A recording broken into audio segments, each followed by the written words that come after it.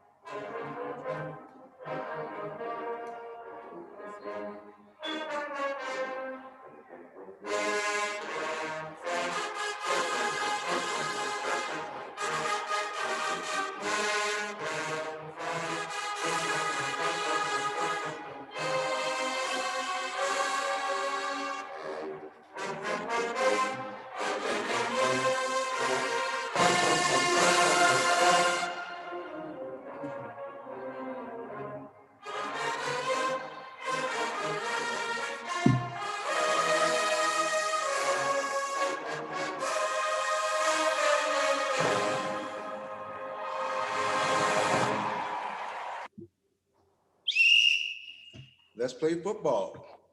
Introductions. So go ahead, Coach White. I'll let you introduce yourself to the crowd. Good evening. My name is JoJo White, full-time All-CIAA, All-American, Livingstone College Hall of Famer, 80 through 85. Go, Rob. Hey, Rob. Good evening, everyone. My name is Rob Clodfelder. I'm from a small town called Lexington, North Carolina. I attended Livingstone between 89 and 94, and I was the All-American there. And Wilmot.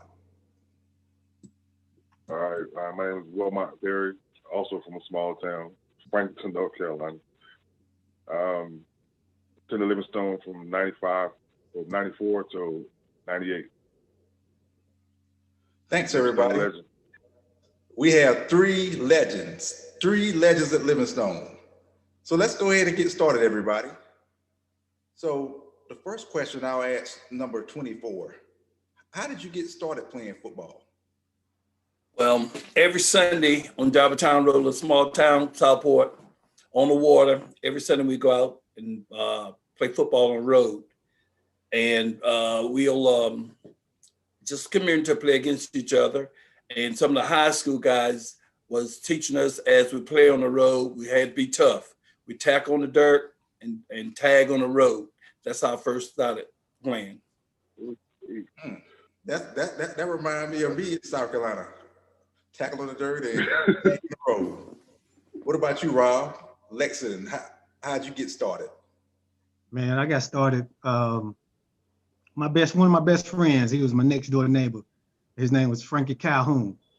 We was young, man. I was in the backyard playing, and he come over to the yard and had on his little football uniform, and I was, I want to know, man, what's going on? He told me his dad had just took him to the rec department and signed him up, and from that moment on, I wanted to play football, and my dad took me to the rec, and I got signed up, and that's how I got into football. Man, that's great. What about you, Wilmot? Old school sandlot football, man. Tackle the man with the football. we did stuff every day. We played basketball, played football, played baseball, and we would do it for hours all day.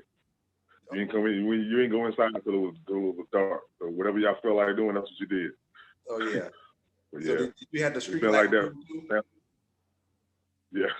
Oh yeah. So you did. Oh, so everybody had the street light rule. Don't let the street light beat you in. Or I'm going to beat you. Okay. Yeah. Oh, for sure.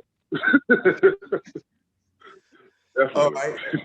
Next question, Coach White. Who helped you along your way as you started finding your way playing football? You mentioned the older. As I started playing football, a guy named Kenny Price, he was my coach doing county ball.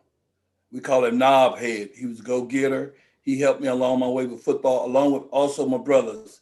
Being in a family where it was 11 of us and had 5 brothers, I ain't had another choice but to stay out of the house, and we go out in the yard and just play. Oh, that's real good. What about you, Rob? Man, I would say all my friends in my neighborhood. It was a small little neighborhood, and I mean we had athletes that came out of Linwood, little small area, and we competed every day. You know, whether it was cornfield football, football in the street, basketball in the backyard with on dirt. I mean we just made each other better every day. Oh, so you had a community around you. A lot I of had kids. a whole community. I mean, we had basketball players, football players. I mean, it was just, a very large group of athletic, kids in the neighborhood. Mm-hmm. Yeah. And I was one of the younger ones. So, a lot of the older guys taught us. Oh yeah. So you were the ones who learned from the older ones. Right. And when you got older, did you teach the younger ones too? Yeah, it was a trend until kind of like when I went off to college, but we always stayed in the neighborhood. Like I said, it was small community, and the next kids that came along, we played cornfield, but cornfield football is, I could still go out and do that now if because it's still going on, Turkey Bowl, so. Right.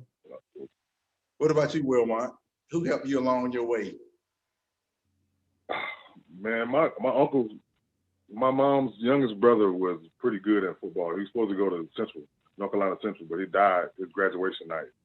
Man. Trying to save one of his classmates at a barbecue they were having for seniors or whatever. But I've always watched him and like wanted trophies and stuff like that. And he got me into watching Walter Payton and stuff like that. But my Uncle JJ, that's my motivation. Oh yeah. Yeah, like if I didn't do good, he'd tell me quick. He'd come to the sideline and tell me, I don't know what the heck you doing, but it ain't football. You start playing, I'm telling the coach to take you out myself. I'm looking at him like, really, bro? But it's always been like that. He kept it real. So he didn't come down to the sideline, was he? Oh no. And didn't care who he pissed off. Now you need people like that if you want to go. Yeah, he always knew what to say to get me motivated. He didn't have to say but a couple of words, and just the look on his face would get me motivated. So yeah. So that's a good segue. And I'll start with you, Wilma. Who did you model your game after? Because when I look at you, I look at like, man, that's Roger Craig right there.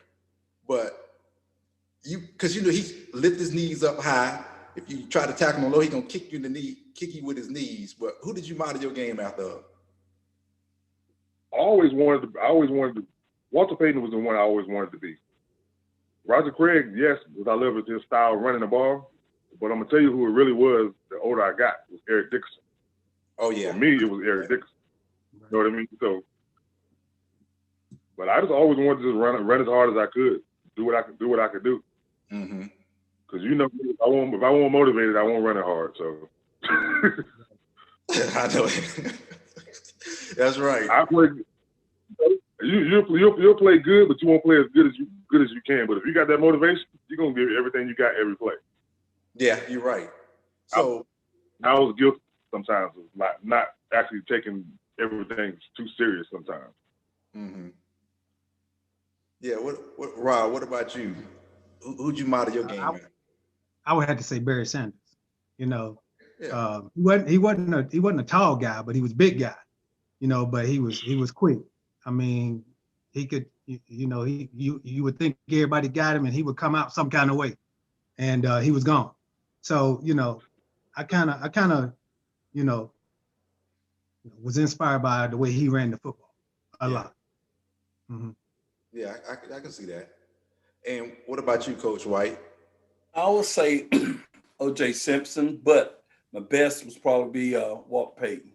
Okay, sweet. You know, he dip in, dip out, hit the sideline, he's gone. He could, you know, see the field, whole field, and that's the way I played. I wasn't just a straight runner. I could just see the whole field. So I say Walt Payton. All right. And Coach White, did you play anything else other than football, or was it just football? No, I played all sports: basketball, baseball, and when we was in high school, we didn't have track, so baseball, basketball, and football. Okay. And I did a little bit of soccer. Soccer too? Mm-hmm. That's interesting. Yeah. What about you, Rob? Anything? I know track, number one, but anything else other than football? Yeah, I played baseball all the way up until the 9th grade. And then, you know, that's when baseball and track was at the same time. So I had to make a decision. And so I went with track. I wrestled, actually qualified for states in high school, 145 weight class. And yeah, that was pretty much all the sports that I played. Yeah. Oh, that's real good. Mm-hmm. And you, Wilmot? Football, basketball. I ran track for a little bit. I played baseball when I was younger, but I never really liked it. I got hit in the jaw playing as a catcher. Oh, my fault. I mean that. That didn't work. So you got hit in the jaw? Yeah, playing baseball. I was catching for a senior. I was only a freshman. Oh no! Once I bust my jaw, I was like, yeah, no, I ain't messing with y'all. Even when I was out there being arrogant, no face mask on, no nothing, trying to catch for somebody that I know ain't had no business trying to catch for. I just never did it. I always loved football and basketball, so all the rest of them I was just playing to play. Yeah, just the school was so small. They just needed athletes half the time. Sometimes we didn't have enough players to actually be able to participate. If somebody got hurt, we were in trouble. So y'all was doing Ironman football? Yeah, I played linebacker, running back, kicked off, kicked field goals. Man, yeah, we did the same thing in South Carolina. What about you, Rob? Did y'all do Ironman, or y'all had enough people? We did. I returned punts, kickoff. I kicked field goals, and I drove the bus at the same time too. Oh, man, Played free safety. You know, back then you could drive a school bus at age 16 when you were 16. So yeah, I done a little bit of everything. Man, versatility. And what about you, Coach White? Did you? DB running back, and like Rob said, sophomore in high school, drove a bus, and that's the only way I got transportation to get back and forth to practice. Oh, the bus. Yes. No, that's how much did they pay y'all back then? About 45 cents an hour? Well, no, it was good money for me. You know, we didn't have, I ain't saying we was poor, but we didn't have a whole lot, but it was good money, you know. But, you know, a little kid like myself, 16 years old, 145 pounds, it's hard to believe they gave me the keys to a bus when I sit back and think about it now.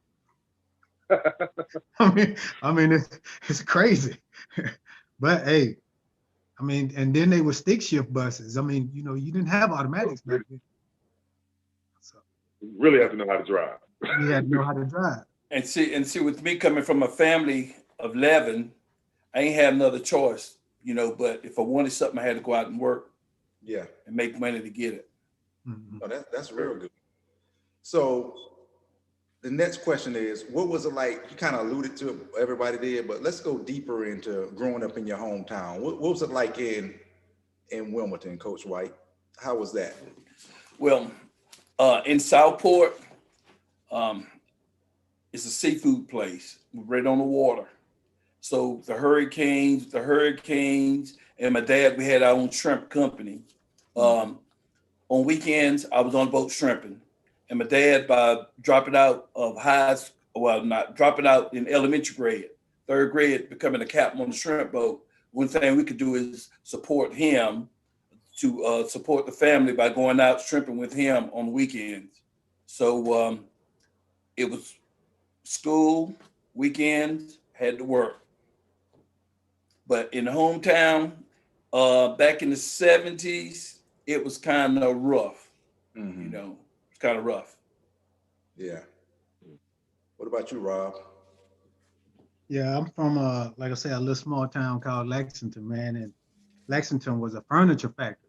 I mean, it was just furniture factories on every spot of Lexington that you went to. Also, it was the barbecue capital. That's what we call it, the barbecue Yeah. capital. We got barbecue centers all over the place. Um, I mean, it's a little small town. Everybody knew everybody. Friday nights used to be football nights, and everybody met at the Kmart parking lot. Hanging out. Saturday night used to be the Glass Castle. Glass Castle. Everybody hung out at the Glass Castle. And then on Sundays, we all hung out at the we called it the Black Pool. And everybody would meet at the Black Pool, and had whoever had the booming system, they would boom the system. Everybody, it was just like one big family get together. And everybody got along with everybody. And like I say, coming out of Lexington, it was it was three things that you was gonna do. Either you was gonna go to the military, you was gonna go to a factory, or you was gonna go to college. One of those three was gonna happen. Those are some good options, though. Yeah. You didn't going to jail, so. Yeah, and the furniture factory business, I mean, you can make good money. I mean, you can actually, two people could, live pretty decent, working in furniture factories. So when all those jobs left, they left. Yeah. So when the jobs left, what did that do to the town? I mean, you had to go to more like your retail, your Walmart start coming in, your fast foods, Look, most of the people start trying to, start their own little businesses, lawn care businesses. I got a good friend, Corey Mack, started his own lawn care business, and but like I say, a lot of people went to college, you know what I'm saying, or either the military. So I see, I got friends now that I grew up with, and when I went to college, I didn't know what they did after they left, but now I know most of them went to the military. Yeah. So, and made a career. That's good. What about you, Wilmot?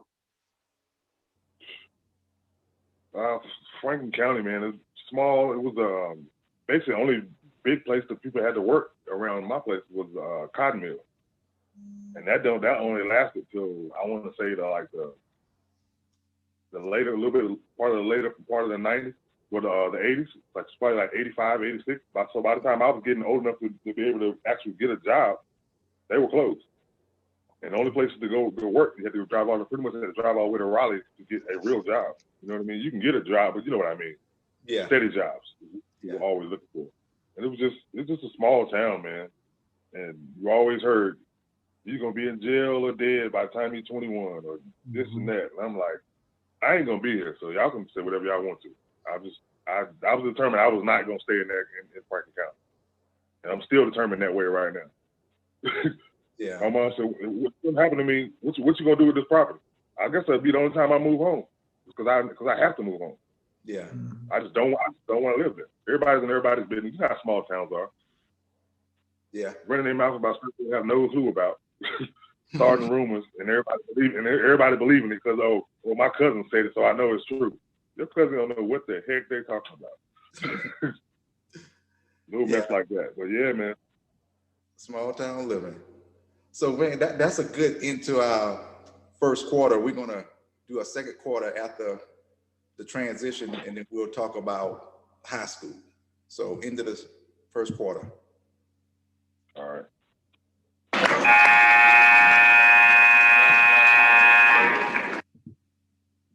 All right. Well, the band wants to play 1 second. Good morning, Bulldog football.